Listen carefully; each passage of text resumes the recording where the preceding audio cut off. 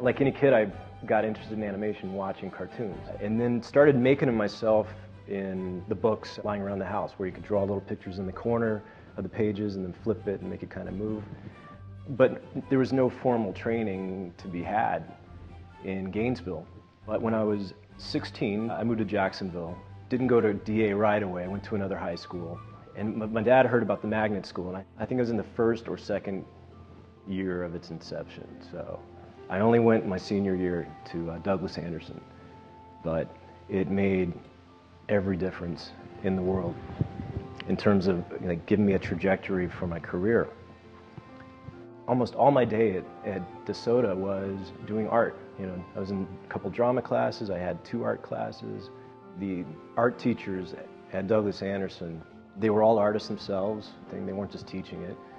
They were in an environment that just encouraged creativity because everybody was there to do art. Having all the time during the day to work on my portfolio, I got to put together a pretty strong one. And I was accepted to CalArts based on that portfolio. By the time I got to CalArts, I knew I wanted to focus on character animation. And fortunately, that school had set up a character animation program. It was one of the few in the country at the time. And you had Disney animators and story people and layout artists whose day job was working at the studio. And then at night they'd come up and teach classes.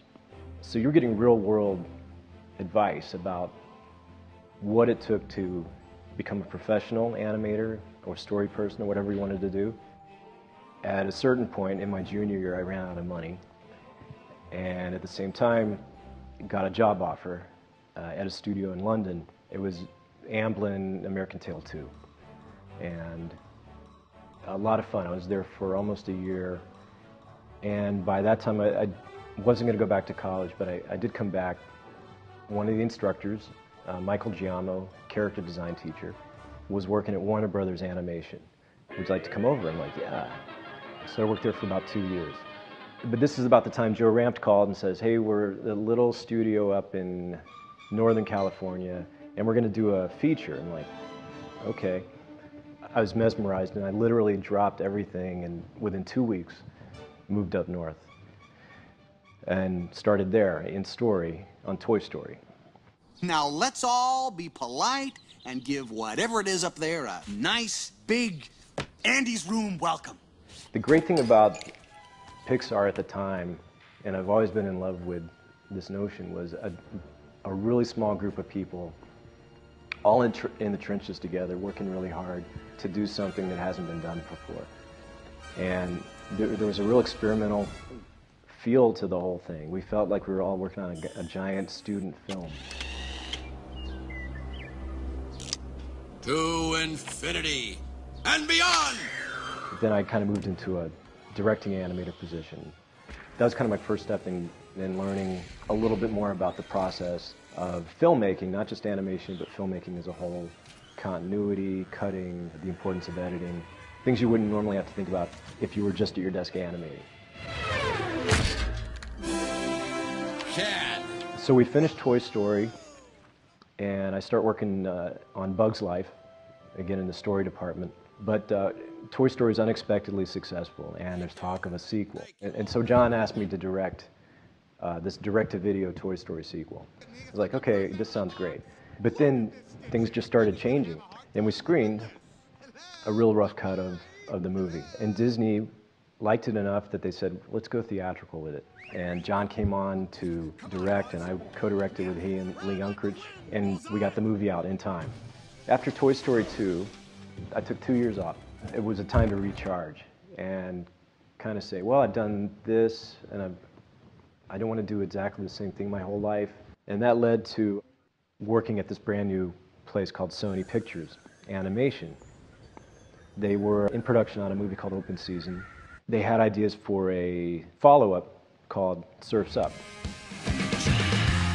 It's crazy when you think about surfing penguins. But as we talked, I came to find that the real story behind it was a father-son. And that got me excited. And the other thing that got me excited was he had this idea of doing it documentary style. Okay. Can you stand on that box right there, please? Oh, yeah, Just yeah, stand yeah, up on yeah. that, thanks. It's Right there? Thank you. Thank Whoa, you. what is that?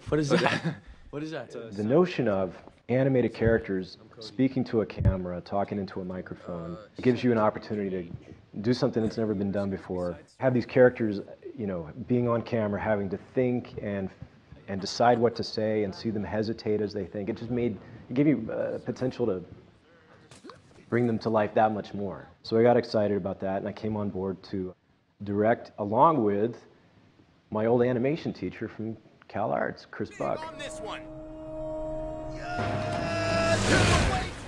What I learned about surfing was it's not about riding the wave, it's really about a way of looking at life. And sometimes the best part of the day is just sitting on your board, in the lineup, waiting for the wave to come and just being with nature. This is what it's all about.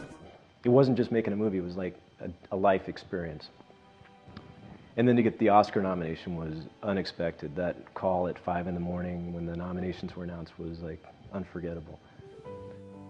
Thinking back to that 1 year at DA, it was a life changer. That was one of the best things Jacksonville ever did, was to create a magnet school for the arts and give a place for a genesis for up-and-coming artists.